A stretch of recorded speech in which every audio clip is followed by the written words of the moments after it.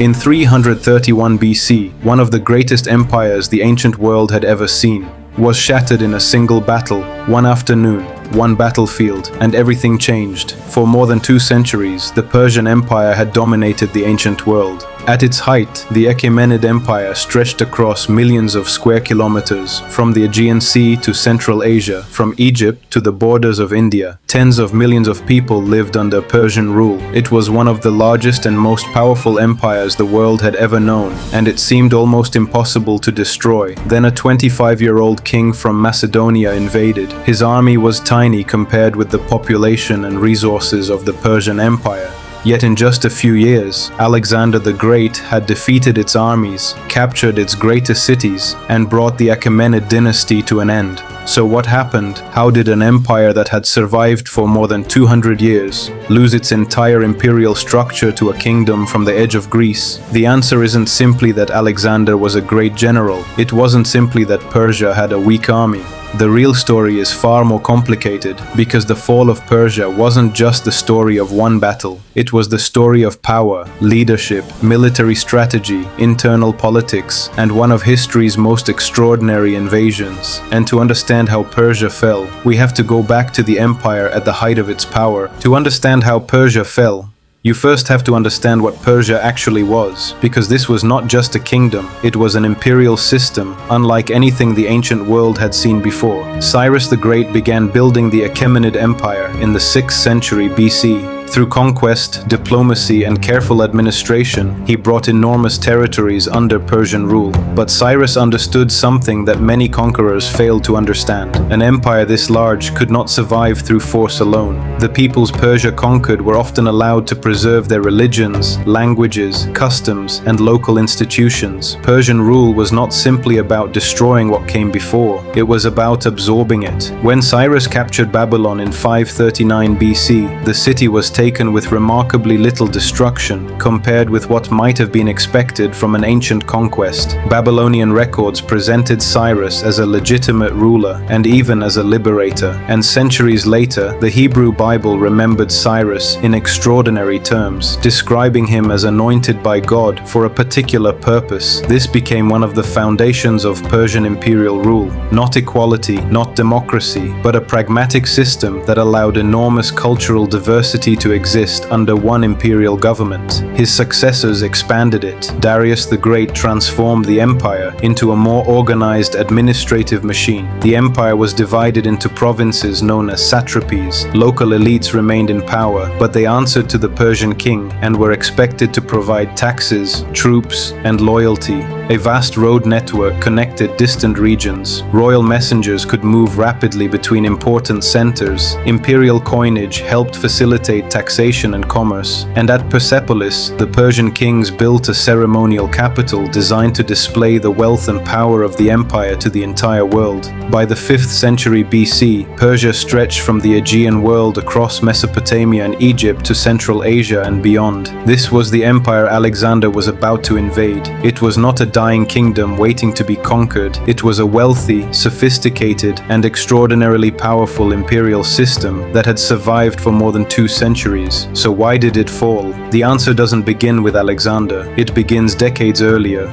with the problems that were already developing inside the Persian Empire, and eventually, those problems would give Alexander the opening he needed. Alexander didn't invade a collapsing empire, but he did invade an empire carrying serious internal weaknesses, and some of those weaknesses had been developing for decades. The danger wasn't simply outside Persia, it was inside the royal court. In 465 BC, King Xerxes I was assassinated. The exact circumstances remain disputed, but the killing triggered a violent succession struggle. His son Artaxerxes I eventually took the throne, and over the following generations, the Persian royal court became a dangerous arena of rivalry, conspiracy, and succession struggles. chaos. Kings died, princes competed for power, officials plotted against one another, and the question of who would control the throne could become a matter of life and death. Yet Persia was far from helpless. In fact, one of its most capable kings appeared near the end of the Achaemenid dynasty,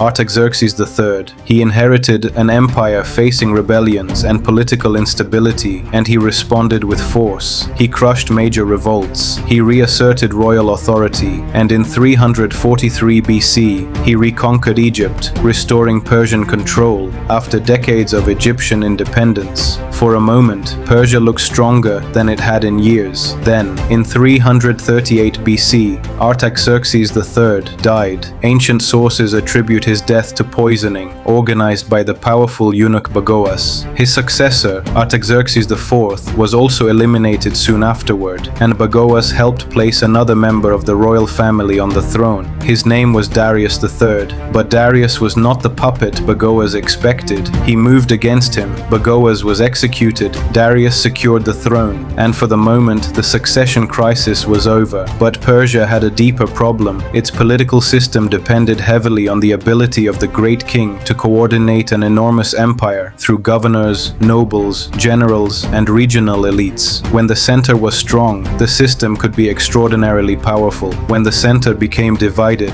the empire could become dangerously difficult to coordinate. And now a new king was facing a threat, unlike anything Persia had seen for generations. A young Macedonian ruler had crossed into Asia. His name was Alexander, and unlike many of Persia's previous enemies, he wasn't planning to raid the empire, he intended to take it. When Alexander crossed into Persian territory in 334 BC, Persia had a problem. It had no unified strategy for stopping him. Alexander's first major battle came at the Granicus River. The Persian commanders in the region had assembled a powerful force, particularly cavalry. They had a choice. They could avoid a direct confrontation, withdraw, and force Alexander to advance deeper into hostile territory, or they could fight. They chose to fight. The decision was not necessarily irrational. The Persians had the numbers, they had the cavalry, and Alexander's army had only just crossed into Asia. But the battlefield created a problem. The river and its steep banks restricted movement and made it difficult for the Persian cavalry to exploit its greatest advantage. Alexander attacked. The fighting was brutal, but the Macedonian army eventually broke the Persian position. The victory opened the western provinces of the empire to Alexander.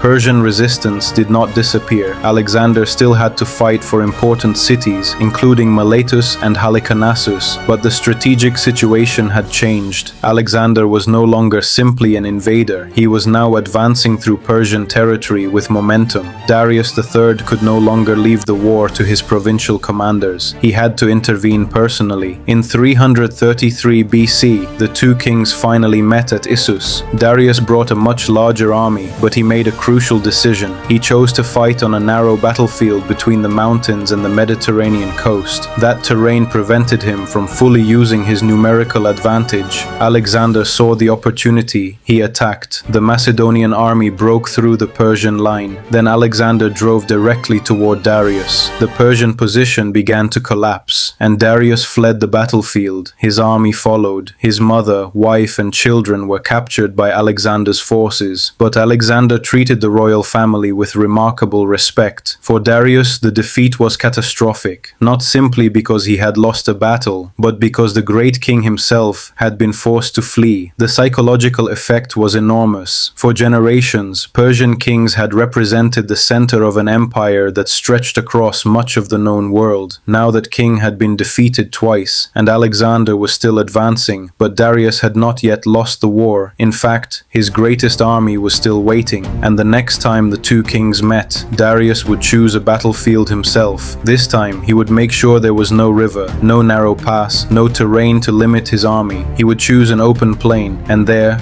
the fate of the Persian Empire would be decided. Darius III spent months preparing for the next confrontation. He chose the battlefield himself, a wide open plain near the village of Gaugamela in modern-day Iraq, flat, vast, No rivers, no narrow passes, nothing that could limit his numerical advantage. He had the ground leveled to make it even more open. He recruited new troops from across the empire. He gathered war elephants. He deployed 200 scythed chariots, wheels fitted with long spinning blades designed to tear through enemy formations. He did everything right in preparation, and on the morning of October 1st, 331 BC, the two armies faced each other. The Persian force was enormous. Ancient sources give numbers that are almost certainly exaggerated, but even conservative modern estimates suggest Darius had a significant numerical advantage. Alexander had around 47,000 soldiers. Darius had far more. And for a moment, the Persian plan actually worked. The scythed chariots charged. The Persian cavalry on the left began pushing Alexander's right flank backward. The Persian line stretched, and then Alexander saw it, a gap,